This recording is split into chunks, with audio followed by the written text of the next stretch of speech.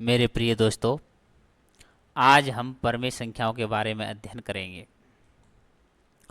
परमेय संख्याएं किसे कहते हैं और परमेय संख्याओं की क्या पहचान है, ये सारी पढ़ेंगे। तो इसकी परिभाषा है वे संख्याएं जिन्हें P बटा Q के रूप में प्रदर्शित किया जा सके परमेय संख्याएं कहलाती हैं, जहां P Q दोनों कैसे हैं, पूर्णांक, और जो Q कभी भी जीरो के बराबर नहीं होना चाहिए। Q क्या है? P बटा Q में Q हर यानी नीचे आता है। जैसे हम भिन्न को अंश बटा हर बोलते हैं, हम बोलते हैं अंश बटा हर। अंश आता है ऊपर और हर आता है नीचे, तो अंश बटा हर।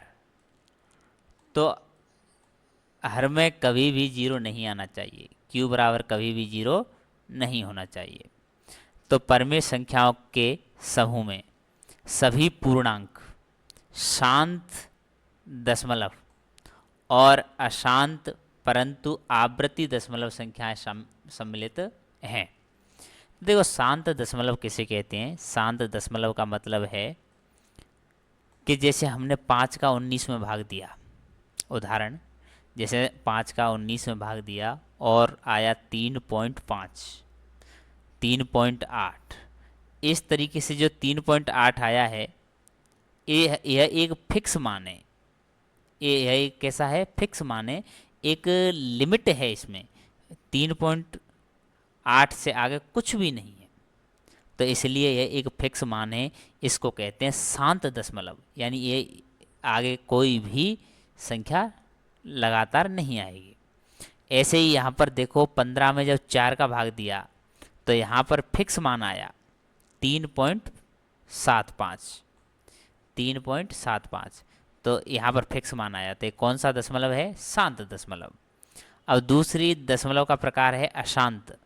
अशांत है लेकिन कैसा है? आवृत्ति दशमलव। आवृत्ति का मतलब होता है कोई अंक बार बार रिपीट हो, तो उसको कहेंगे आवृत्ति। यहाँ पर उदाहरण के थ्रू हम देख सकते हैं, जब 20 में हम 3 का भाग देते हैं तो 6.6 इस तरीके से बार बार आएगा। और जो हमने डॉट डॉट लगाया है, इसका मतलब है इसका कोई अंत नहीं है, ये लगातार 6 ऐसे आता रहेगा। ये 6 का अंक रिपीट हो रहा है, ये 6 का अंक क्या हो रहा है? बार बार पुनरावृत्ति हो रही है, पुनरावृत्ति हो रही है।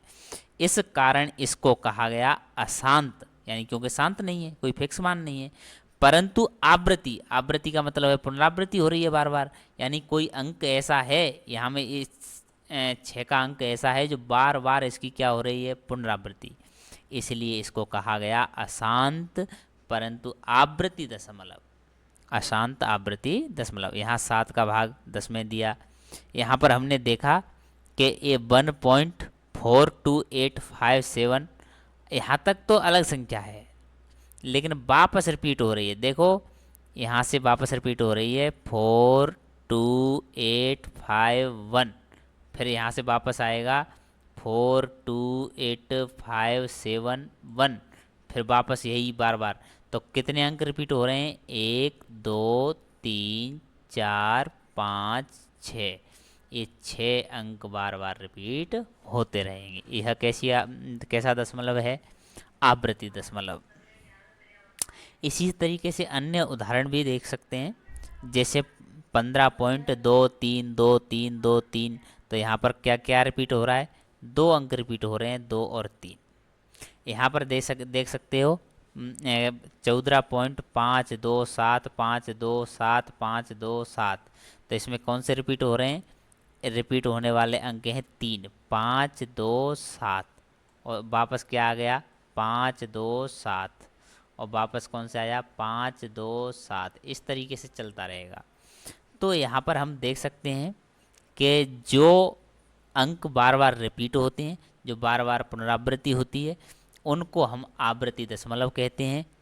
और अशांत आवृत्ति दशमलव, और जो बिल्कुल फिक्स मान है जैसे 3.5, 3.8, 3.75, तो इस तरीके से इनको कहेंगे शांत दशमलव। तो समझिए हमने दो प्रकार के दशमलव पढ़े, एक शांत दशमलव, एक आवृत्ति दशमलव। तो आवृत्ति दशमलव तो वह संख्या है जिसमें कोई अंक रिपीट हो रहा है, और शांत दशमलव का मतलब कोई फिक्स मान है। तो इतना तो हम समझ गए। अब आगे हम देखेंगे कि इनको हम कैसे लिख सकते हैं। देखो ऐसे ये अभी हमने 3 का भाग 20 में दिया था, तो 6.666, यहाँ 6 बार बार रिपीट हो रहा है, तो हम इसको ऐसे लिख सकते हैं कि 6 पॉइंट और फिर 6। अब ये 6 बार बार रिपीट हो रहा है तो इसके ऊपर बार ऐसे खींच देंगे, तो ये हो जाएगा 6.6, और ऊपर क्या है, आवृत्ति के लिए ये बार खींच दिया है। बार का मतलब है ऊपर एक लाइन खींच दी है। इस लाइन का है जिस जिस अंक के ऊपर ये लाइन खींचेंगे वह अंक, उसका अर्थ है कि यह अंक बार बार पुनरावृत्ति आएगी, यानी बार बार रिपीट होगा। तो यहाँ हमें पता चल गया 6.6, और 6 के ऊपर हमने जो लाइन खींची है इससे पता चल गया कि 6 बार बार पुनरावृत्ति होगी। इसी तरीके से हम इसको लिख सकते हैं 1.42851।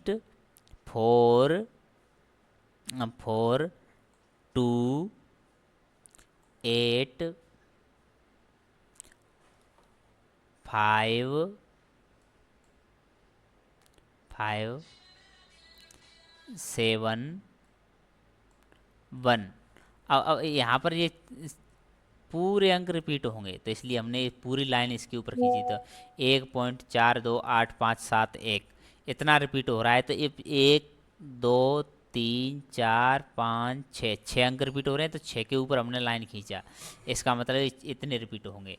ऐसे ही हम इसको लिख सकते हैं। अगला 15 पॉइंट, ये हमने 15 लिख दिया, तो ये हो गया 15 पॉइंट और 2 और 3। अब ये 2 3 बार बार रिपीट हो रहा है, तो इसके ऊपर हमने क्या खींच दी, लाइन। तो ये हो गया 15.23, और 2 3 के ऊपर लाइन खींचा है, इसका मतलब 2 3 क्या हो रहा है, बार बार रिपीट हो रहा है, बार बार पुनरावृत्ति हो रही है। तो इसको हम इस तरीके से शॉर्ट में लिख सकते हैं। तो हमने परमेय संख्या को बहुत अच्छे से पढ़ा, और हमने समझा कि क्या होती है परमेय संख्या। बे संख्याएं जिनको हम क्या कर सकते हैं, हमने परिभाषा शुरू में पढ़ ली है। बे संख्याएं जिन्हें हम किस में लिख सकते हैं, P/Q, किसके रूप में लिख सकते हैं, P/Q के रूप में प्रदर्शित किया जा सके, उन्हें हम कहेंगे परमेय संख्याएं कहलाती हैं। अब हम इस परमेय संख्या का उल्टा है अपरमेय संख्याएं। तो हम अभी देखेंगे कौन सी, अपरमेय संख्याएं।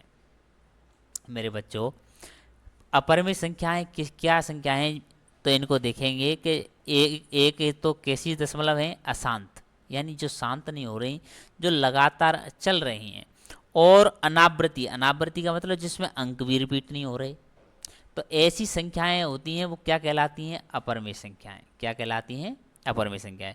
तो अशांत तथा अनावृत्ति दशमलव संख्याएं अपरमेय संख्याएं होती हैं।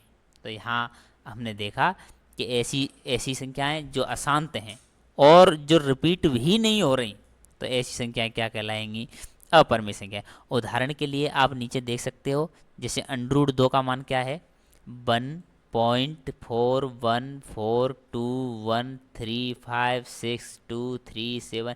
इसमें कोई भी संख्या रिपीट नहीं हो रही, इसमें कोई भी संख्या, हर बार एक अलग अंक आ रहा है, हर बार एक नया अंक आ रहा है। तो इस कारण नया अंक आ रहा है, कोई संख्या रिपीट नहीं हो रही, इसलिए इसको कहेंगे अशांत। अशांत क्यों है, क्योंकि इसका कोई अंत नहीं है। अनावृत्ति क्योंकि कोई अंक रिपीट नहीं हो रहा, आवृत्ति नहीं हो रही, इसलिए इसका नाम पड़ा अशांत अनावृत्ति दशमलव संख्याएं। तो ये सारी संख्याएं कैसी हैं, अपरमेय।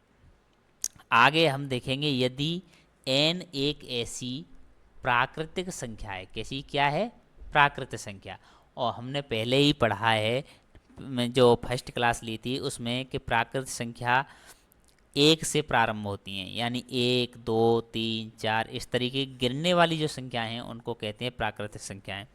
तो जो पूर्ण वर्ग नहीं हैं, और प्राकृतिक संख्या तो हैं लेकिन क्या नहीं है, पूर्ण वर्ग नहीं है। तो अंडर रूट में मान लो n है, तो वे क्या कहलाएंगी, अपरिमेय संख्याएं। जैसे हमने अभी देखा अंडर रूट 2, और 2 किसी क्या है, पूर्ण वर्ग नहीं होती, क्योंकि 2 का कोई भी वर्गमूल पूर्ण रूप से नहीं आता, तो इसलिए ऐसी संख्याएं क्या कहलाएंगी, अपरिमेय संख्याएं। अंडर रूट 3 बताओ, इसका कोई होता है क्या, पूर्ण वर्ग नहीं होता। लेकिन मैं यदि ऐसे लिख दूं कि अंडर रूट 16, अब अंडर रूट 16 तो क्या है, एक पूर्ण वर्ग है, यानी इसको यदि हम बाहर निकालेंगे तो कितना आएगा, 16 का वर्गमूल कितना होता है, 4। तो इसका आंसर आया 4। और 4 क्या है, एक परिमेय संख्या है, क्योंकि 4 के नीचे हम 1 रखेंगे, 1 रखेंगे, 4/1। 4/1 हमने लिखा कि p/q के रूप में जो लिखते हैं उनको तो परिमेय संख्या कहते हैं। तो ये बटे के रूप में आ रही है ना 4/1, तो ये तो p/q के रूप में आ गई। तो इसलिए अंडर रूट 16 क्या हो जाएगी, परिमेय संख्या। लेकिन अपरिमेय संख्या किसको कहेंगे, जिनका वर्गमूल नहीं होता, तो उन संख्याओं को कहेंगे। तो अपरिमेय संख्या को p/q के रूप में नहीं लिखा जा सकता। तो बताओ परिमेय संख्या क्या हो गया, उल्टा हो गया।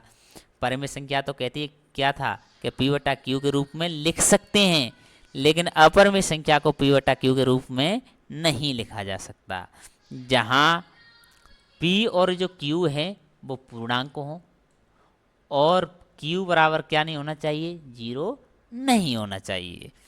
तो अगला हमने देखेंगे, प्रत्येक धनात्मक अपरिमेय संख्या के संगत एक ऋणात्मक अपरिमेय संख्या भी होती है। अर्थात हम कह सकते हैं कि जैसे अंडर रूट 3 क्या है, अपरिमेय संख्या है, लेकिन माइनस अंडर रूट 3 यह भी तो अपरिमेय है, क्योंकि इसका भी कोई वर्गमूल नहीं होता, इनका भी कोई पूर्ण वर्ग नहीं होता। तो एक अपरिमेय संख्या का ऋणात्मक भी अपरिमेय संख्या होती है। तो इस प्रकार से हमने जो उदाहरण देखे, अंडर रूट 3 और under root minus under root 3, 5 minus under root 5 इत्यादि। तो हमने आज बच्चों पढ़ा, एक परिमेय संख्याएं पढ़ा, परिमेय संख्याएं, और दूसरा अपरिमेय संख्याएं। और अगली कक्षा में हम पढ़ेंगे पाई का इतिहास। तो आपके लिए क्लास अच्छी है, क्लास आपको अच्छी लगे तो सब्सक्राइब करें, लाइक करें, एक प्यारा सा कमेंट करें। जय हिंद, जय भारत।